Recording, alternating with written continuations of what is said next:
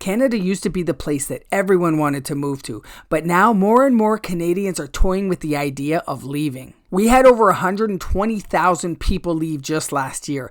That's a record high. And it's not just retirees looking for sunshine. It's young families, business owners, skilled workers, people who genuinely love this country but feel like something's just not working anymore. If you're feeling the same way, please let me know in the comments below. But for everyone thinking about leaving, there's more doubling down on why Canada is a great place to call home. So in this video, I break down the 10 biggest reasons why Canadians are thinking about leaving Canada, and the 10 counterpoints on why many choose to stay. Now, let's get into it, starting with the elephant in the room, the biggest one, the most obvious: housing. It feels out of reach for many people, but it's not impossible as some may lead you to believe. Yes, a lot of Canadians feel like home ownership is slipping away. Prices shot up for years, rents climbed even faster, and in places like Toronto and Vancouver, it feels like you'd have to win the lottery to buy a home. And even in mid-sized cities, people are frustrated watching more and more of their income go towards their shelter. But on the flip side, Canada is huge and affordability varies widely. A lot of people are leaving major centers, but staying in Canada by moving to smaller communities. Places like Hamilton, Halifax, or even Winnipeg, where you can still find homes for decent prices under the national average. If you're someone who's made a move to a smaller community, has your experience been good? Let me know below. Because throughout 2025, home prices have fallen across the board, so it's more affordable than it really has been in a long time. Boomers are downsizing, foreclosures are way up, and sellers that have been sitting on the market are starting to realize they may have to take a lot less than they originally expected.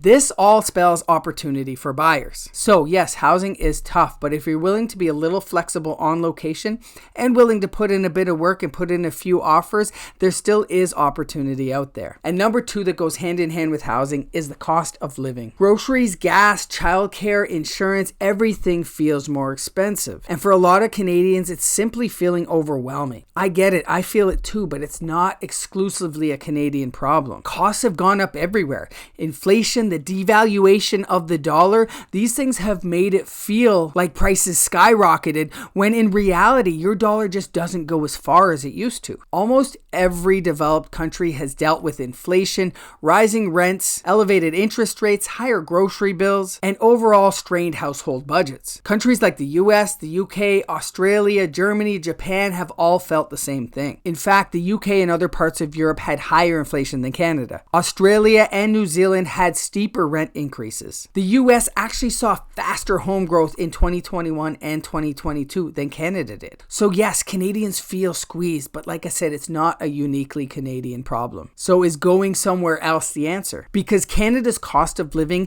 comes with services that some other countries charge for and others don't even offer. Public schools, clean drinking water, maternity leave, worker protection. These things may not show up on the price tag, but they do matter. So yes, we pay more in many instances, but we also have a baseline standard of life that many countries envy. But with these higher prices, salaries and wages just haven't kept up. So the third reason people are leaving are career opportunities. This is a big one. A lot of Canadians may look at salaries in the US, Dubai, or Europe and think, why am I only making half of that? And that's true. Certain high skill industries pay significantly more outside of Canada. But like I said, high skill is the key word there. If you don't have those skills, you can't earn that type of money no matter where you are. So by all means, level up. But for many Canadians living in Canada to have the following make a lot more sense. Safe work environments, employee protection, vacation time, which equal lower burnout rates and more of a work-life balance. It's a classic trade-off. You may find a bigger paycheck elsewhere for in-demand skills, but you'll definitely find bigger peace of mind here. But the money we make gets taxed at such a high level, which is the fourth reason why Canadians are thinking about leaving. Canadian taxes hurt. There's no denying it. Depending on your province, you may pay half of your income in taxes. But we're not paying those taxes into a black hole. They fund emergency rooms, public education, disability support, family benefits, and infrastructure. You don't have to like it. Many don't,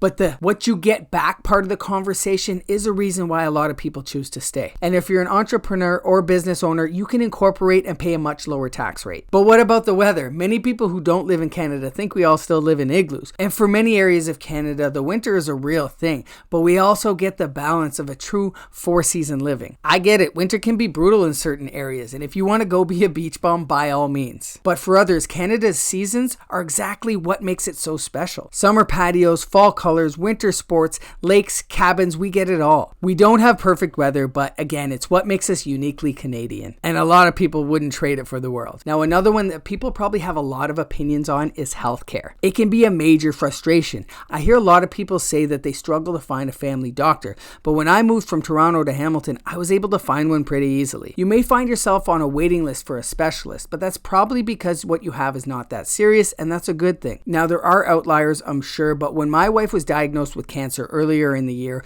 they had her in surgery within 2 weeks, and the aftercare has been fantastic. I can attest that the care is there for those who really need it. And the foundational idea that anyone can walk into a hospital and have it not cost them money is a real reason why people decide to stay here. Universal healthcare isn't flawless by any means, but losing it is a scary thought for many families. Okay, the comment section is about to light up because I'm getting into politics. Many Canadians feel politically exhausted. Polarization, slow government processes, and red tape make many people feel unheard. Our existing government specifically has been one of the main reasons why many people have left. But compared to many other parts of the world, Canada still ranks pretty high in political stability, as well as freedom of speech, ease of doing business, and low amount of corruption.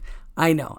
People are tired of the existing political climate, and things probably do need to change.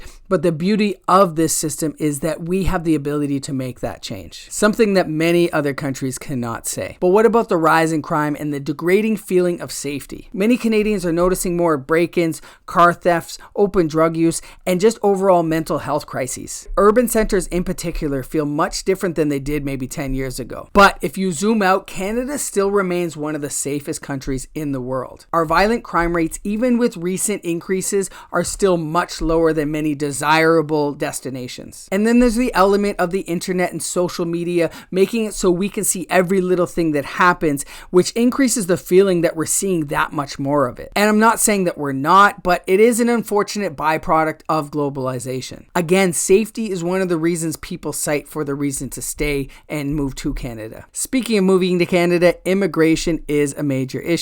There's a growing sentiment among Canadians that they feel they've lost their identity. With the massive immigration numbers we've seen over the last handful of years, I get it. But again, this isn't a uniquely Canadian thing. The world has become smaller and people move around more freely. And so many other countries have experienced similar things. So leaving Canada to get back your uniquely Canadian experience isn't maybe the answer you're looking for. Not to mention there's been a recent massive reduction in immigration into Canada, which is going to have its own impact in other areas as well. But that's another video. Now, before I get into the last reason why Canadians are leaving, I want to talk about something that almost nobody talks about until it's too late. And that's the tax bill that can follow you out of the country. Because leaving Canada isn't as simple as closing your bank account, packing your bags, and posting your new pictures of your new condo in Portugal. If you become a non-resident, the CRA automatically hits pause on your Canadian life and then takes a financial snapshot of everything you own. And this is the part that surprises most people. Canada treats it as if you sold a bunch of your assets the day before you left. This is called deemed disposition. Basically, the CRA calculates unrealized gains and taxes you on the profit, even if you didn't actually sell anything. Now, they say it's not to punish you. It's designed so people can't avoid paying tax on gains that were earned while living here. But call it what you will, Canada's exit tax or a goodbye invoice,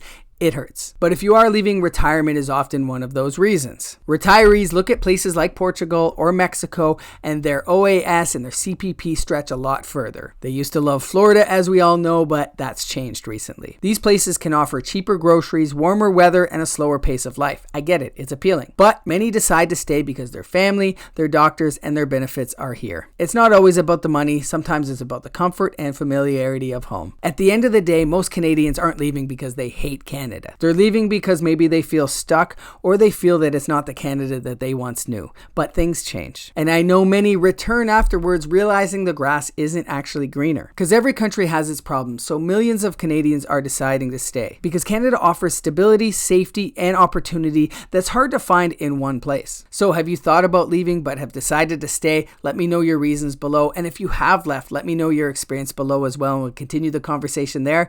Till then, I'll see you on the next one.